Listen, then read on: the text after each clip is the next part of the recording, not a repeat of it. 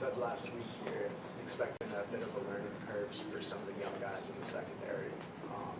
How did you think that they did in their first test? I thought that our younger guys played remarkably well in terms of assignments. You know, that's what you got to look at. You got to look at the opportunity for them to make checks and make calls and determine if they got it right. Of course, you know, you have to wait until after the game is over, but when you go into it, you always have to account for, on the first game, you always have to account for mistakes by younger players. But fortunately for our defense, we didn't have many of those. And it's a tribute to guys like Jordan to be able to, in the secondary, and be able to help those guys out. But like he said earlier, they're really ahead of their time in terms of the preparation, in terms of their outspoken operation on the field, and that helps us. But as a coach, that doesn't help you sleep as well. You know, when you know you gotta rely on a freshman or even a sophomore. So, what kind of test is UNT going to provide for some of those younger guys?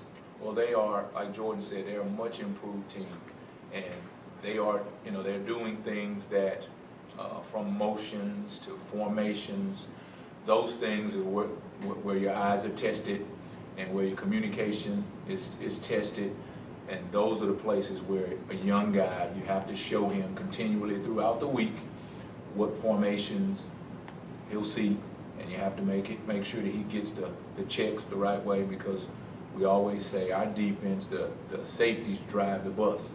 And you know, we have some younger guys playing at linebacker, but a lot of times the calls, the checks are being made by the safeties. And those young linebackers, they're in the safety zone, so to speak, but the guy who is holding the net is another young guy just like him. But I'm really excited about the direction that we're going, because of the fact that the younger guys, even though young, inexperienced, no one prepares like each of those guys, and they give us a good chance. It would be very different if you had a young guy who had incredible talent, but he wasn't interested in studying film and getting the mental edge and coming up talking to his coaches. That'd be a different deal. These guys are not like that. So coming into the first week, defensive line was definitely an area of excitement for the staff. How did you evaluate their week one performance?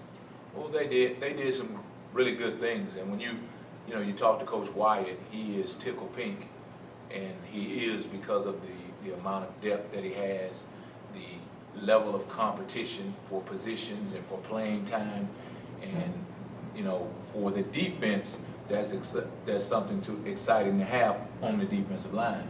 You know, if you got it in the secondary, they're the last line of defense, but it starts with the defensive line. And those guys, they've been a pretty productive group pretty much since we've been here, but they've just taken it to another level. So we as a defense, me as the coordinator, I'm excited about where they played. I'm excited about what they were able to do, because it's when you have a good defensive front, you don't have to dial up blitzes. You know, you can move and allow you can move the front and allow their abilities to take over. So it wasn't a blitz fest, but it looked like it at times.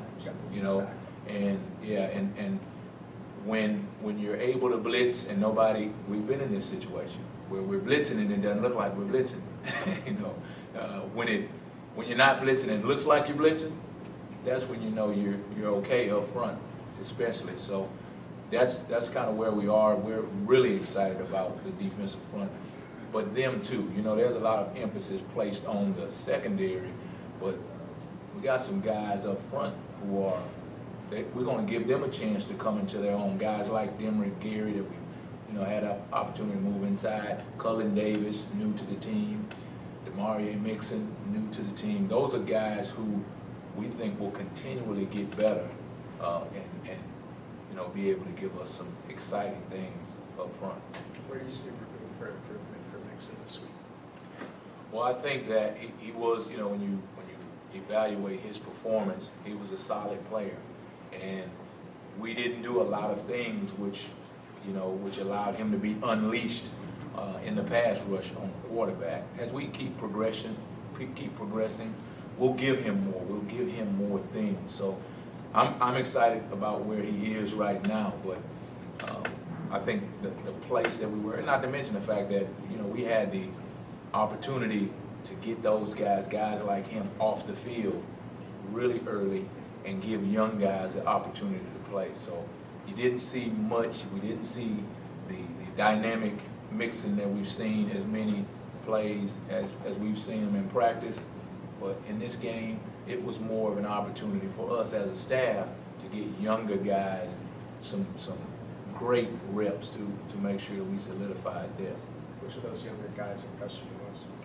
Well, Pono is an older guy, but we were impressed by him. Emrick, he's played a lot, but he's still a young guy, and impressed. We're impressed by him. We even got opportunity to get guys like Pat Jones, Ken McLaren. I would probably say I was most impressed by Ken. Did he get a sack? No, he didn't. But he showed quickness off the ball, his strength that we've seen in practice many times. But we were able to see that happen in a game. So throughout the week, nobody was more prepared. Nobody answered the questions that were posed to him in the meetings like Ken. So when you have a guy who's done everything to study to get himself in that position, to see him go out and have success. Like I said, he didn't have any sacks, but it was assignment sound. He did a great job off the ball. He has great strength, good size. So it was just exciting to see guys like him, be able to get out there and have some success and have fun playing the game. Can he earn himself any extra snaps early in the game this week? I think he did. But like I said, it was a great game for us to be able to get him some time, to be able to evaluate him, to be able to say he needs more time. So. What do you think of the freshmen that he's put out there, Haley and Robinson, Queen, those guys? I think that when you have a freshman, you can't get too excited when they jack it up, and you can't get too excited when they do a great job. But along with that, the film, the clips that those guys were able to be in on, I thought they did a really good job. I think it was Elijah, big time open field tackle that he made, and then over on their sideline he had a nearly big time open field missed tackle. So you're going to get that with freshmen. Delano had a really good tackle in the open field on the exact same play. The guy kind of outran him and he missed his tackle. So you see flashes of what we recruited them for, and we just have to, as a coaching staff, be patient and let them continue to grow into their own, because like I said, no one prepares like these young men. They want to do well, and we just have to be patient as a staff, not give them too much.